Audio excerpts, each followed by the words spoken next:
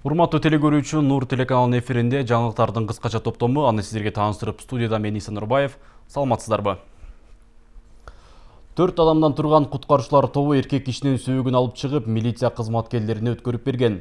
Ысык Ата районундагы кант цемент заводу ишканасынын аймагында 51 жаштагы киши чыйыр эритүүчү челекке түшүп кетип, көз жумду. Бул тууралуу өзгөчө Кырдаалдар министрлигинин маалымат кызматынан билдиришти. Куткаруучулар эркек кишинин сөөгүн алып чыгып, милиция кызматкерлерине өткөрүп берген. Окуянын чоо жайы айтылган эмес. Бала номер 3 балдар клиникалык ооруканасына жаткырылды. Бишкекте 4 кабаттан кулаган 6 жашар баланын баш мээси чайкалып, ичинен жаракат алган. Бул тууралуу Вести KG сайтына тез жардам борборунун жандандыруу бөлүмүнүн башчысы Игорь Борисов билдирди. Бала номер 3 балдар клиникалык ооруканасында жаткырылды. Эскерте кетсек, буга чейин Вести KG сайтына Бишкекте бала көп кабаттуу үйдүн 4 кабатынан кулап, аман калгандыгы маалымдалган. Апасынын айтымында ал баланы агасынын таштап кеткен. Ал болсо аны сыртынан бекитип кетип калган. Коронавирустун жайылышынан улам Кыргызстан кайрадан катаал чектөө чараларын киргизүүгө көздөгөн жок. Бул тууралуу биринчи вице-премьер-министр Артем Новиков республикалык ыкчам штабтын жыйынында айтканын өкмөттүн басма сөз кызматы билдирди.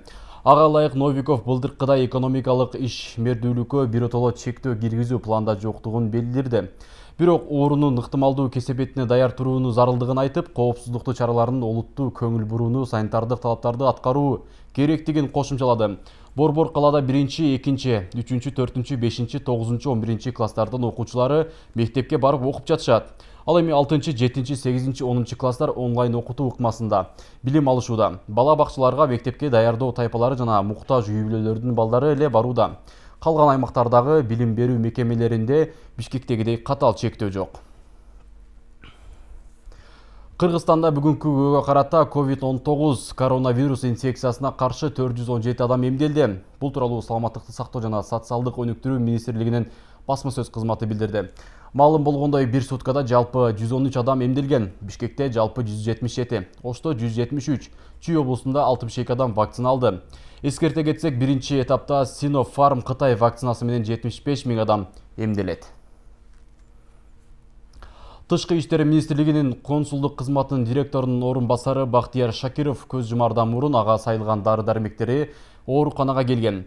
Бул тууралуу Ленин райондук ички иштер башкармалыгынын басма сөз кызматы билдирди. 2021 жылдын 1 апрелинде саат 00:14 чамасында Бишкек шаарынын 102 полиция бөлүмүнө эне жана баланы коргоо улуттук борборунан 40 жаштагы эркек киши каза болду деген билдирүү түшкөн деп билдиришти ички иштер министрлигинен.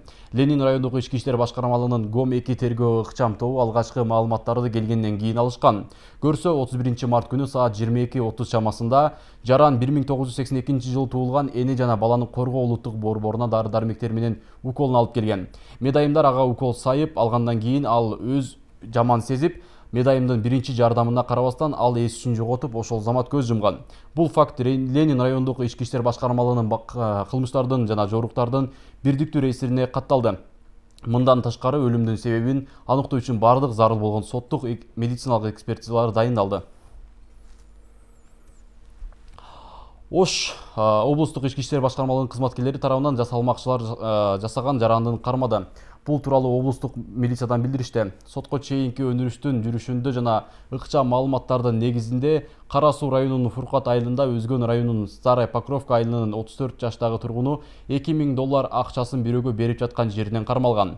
Кармалган учурда долларга окшогон акча каражаты табылган. Алынган акча каражаттарын тиешелүү экспертиза дайындалып, анын корутундусуна ылайык 20 дана $100 түстүү лазердик принтердин жардамында чыгарылгандыгы аныкталган. Шектүү жаран Кара Суу райондук ички иштер башкармалыгынын убактылуу кармоочу жайына киргизилип, учурда сотко чейинки өнүрүш уланууда. Башкы прокуратура Ош эл аралык аэропортунун реконструкциялоо учурунда бир катар мыйзам бузуулар болгонун аныктады. Бул тууралуу көзөмөл органынан билдиришти. Маалыматка караганда аталган аэропортто 2019 жылы 2020 жылдары ремонт иштери жүргүзүлгөн. Перронго жагы материал төшөө жана байланыш тармагын жаңылап чыгуу учурунда мыйзам бузулуп, мамлекетке зыян келтирилгени аныкталды. Транспорт, архитектура, курулуш жана коммуникация министрлигинин адистери тартуу менен жүргүзүлгөн текшерүү учурунда курулуш материалдарынын жана жасалган иштердин баасы 3-4 миллион сомго жогору көрсөтүлгөнү белгилүү болгон. Аталган факт жазы кодексинин 320 жана 233 беренелерине ылайык каттоого алынып, мындан аркы тергөө үчүн УКМКга өткөрүлдү. Урматтуу телекөрүүчү, сиз Нур телеканалынын эфиринде күндүзгү кабарлар топтомун көрдүңүз. Аны сиздерге тааныштырган Иса Нурбаев.